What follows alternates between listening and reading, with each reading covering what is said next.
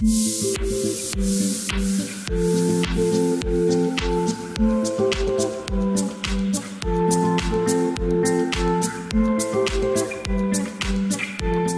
le traitement des déchets se fait dans un cycle. On récupère les déchets, on les brûle, et ça sert à alimenter en chauffage un certain nombre de logements du territoire qui sont pour la plupart des passoires énergétiques. Et ce cycle, il est bouclé aujourd'hui, et du coup on a du mal à aborder le sujet parce qu'il faut casser le cycle. Donc nous, ce qu'on dit, c'est qu'effectivement, il faut casser ce cycle. Et alors, effectivement, il y a un enjeu de rénovation des bâtiments en question pour qu'ils ne soient plus à chauffer demain par ce biais-là, mais ça veut dire que concrètement, il faut qu'on crée un nouveau cycle. Ce que nous, on a à l'esprit et ce qu'on souhaite promouvoir dans le cadre de cette campagne, c'est d'avoir à l'esprit qu'on doit mieux collecter, mieux trier et mieux recycler, avec un horizon qui est de recycler 100% des déchets. On a bien conscience qu'aujourd'hui, ce n'est pas possible, mais c'est un horizon politique qu'on doit donner sur le territoire. Et à cette fin, eh bien, mécaniquement, effectivement, on va supprimer au moins un des incinérateurs. Et je pense que l'échéance d'ici 2028, c'est la bonne pour qu'il y ait un des incinérateurs qui soit supprimé, parce qu'on aura réussi à construire un nouveau cycle qui sera celui que j'ai décrit. On récupérera mieux, on triera mieux et on recyclera la plupart des déchets.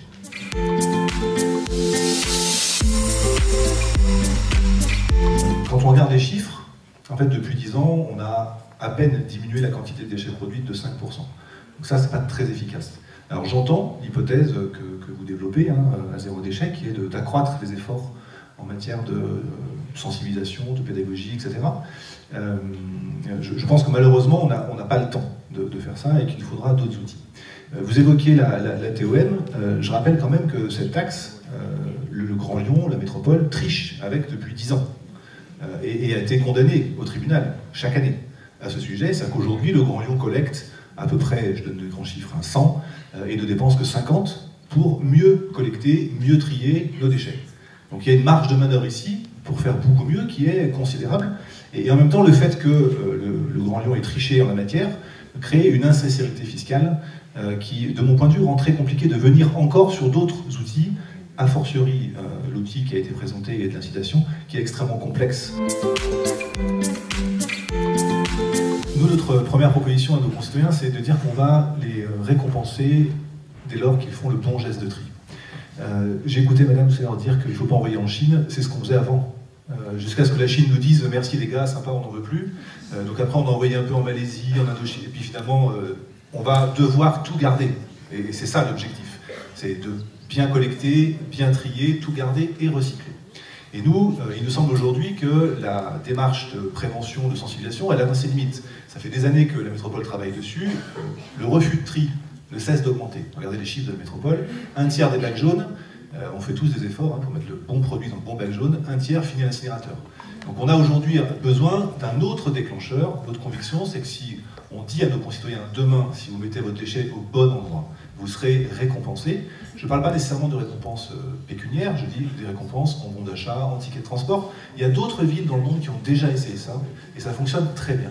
Et avec cette approche-là, nous on est convaincus qu'assez rapidement, nos concitoyens vont mettre les déchets au bon endroit, permettant de fabriquer un écosystème du tri, parce que du coup on aura des acteurs économiques qui, étant garantis d'avoir la collecte des bons produits, de la bonne ressource, on considère le déchet comme une ressource, et à partir de ce moment-là, on fabrique un écosystème positif, où le citoyen n'est pas qu'un contributeur bénévole, il fait partie de la chaîne de valeur, et donc il est gratifié.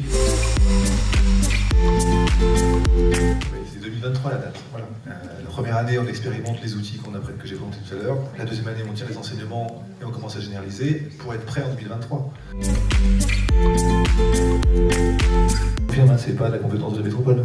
Il n'y a aucun doute là-dessus. En la matière, le rôle que la métropole peut jouer, c'est de négocier avec ces acteurs qui éditent ces documents, en montrant l'exemple de son côté, en n'étant pas elle-même en capacité de diffuser. L'été dernier, si vous vous souvenez, on a tous reçu beaucoup de papiers de la métropole pour nous expliquer qui était le président, comment marchait la métropole, qui a abreuvé nos boîtes aux lettres. Mais bon, parenthèse fermée, c'est essentiellement un travail de discussion avec les acteurs qui vont produire pour les inciter à ne plus le faire, ou à le faire à minima sur un matériau plus simple, qui soit recyclable.